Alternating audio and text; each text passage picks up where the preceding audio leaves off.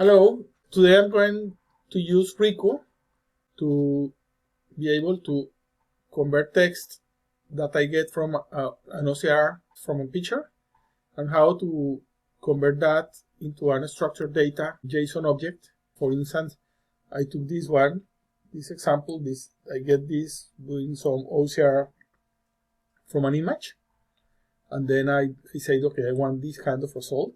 So you see that I have value pairs inside this object, and then I run that, and I use that with this, and it generated some other values, and then I made some fixes so it can learn from that. And then with only two examples, I want to process this one.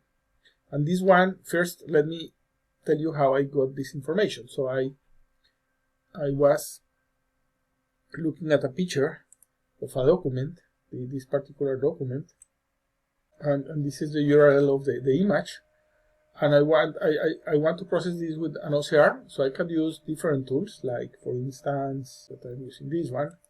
This is OCR Space, which has a free plan. You can process 25,000 requests per month, and it has an API, so you can do a lot of things with this. And I tried this, but the results were not that good, so you can have that in a way that it can provide an object automatically with some things there, but I didn't want that because then I had to reprocess that and it takes more time.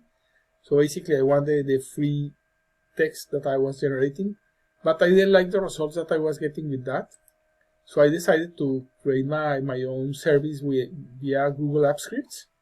So in here I basically use this code. This is all the things that I need to OCR. As you see, it takes the image from that, the blob, the image information, and I say in the options to OCR, and then I do some other things here to extract the text.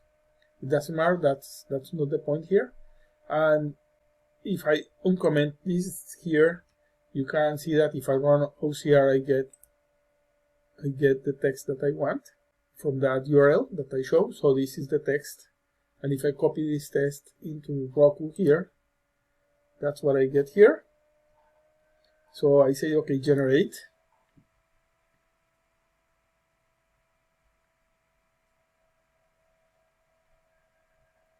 and this produces some results. Let's compare with the image. So if we have the image here, we can see that the information matches pretty well. This is the number of the license, and the plate, and the make, the model. Everything seems to be just fine, so it works very, very nice. I try with other models, and let's take it out. I try with other models, so if I say, okay, instead of this I will use GPT-J, and I run this,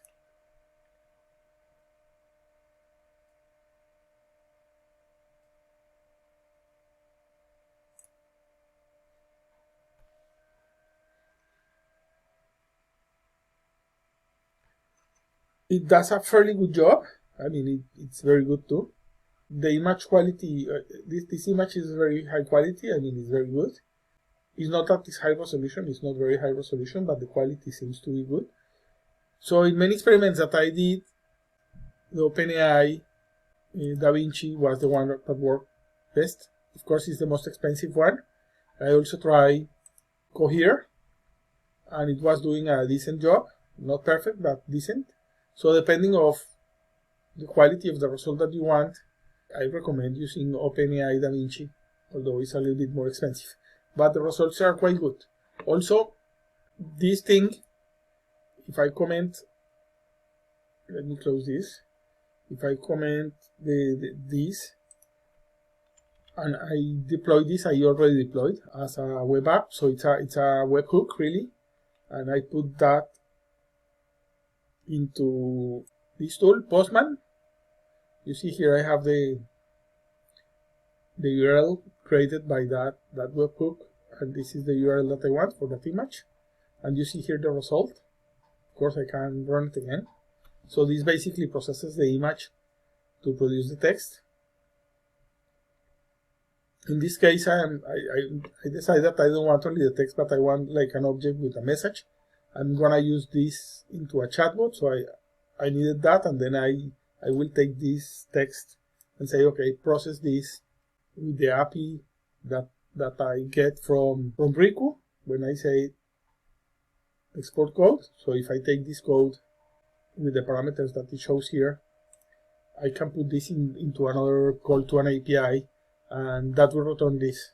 So the next step for me is, this was, okay, I needed to prove this, but the next step is to put this together in a bot. The bot will be super simple. I will show another example, another video showing the bot functioning. So basically the user will take a picture of the document when they have to do some process, and in the process the bot say, please take a picture of this document, the front, and it will return this, and then this data can be saved to a database in a structured way or to a spreadsheet. Maybe I can, in the video, I can show how to save this to a spreadsheet.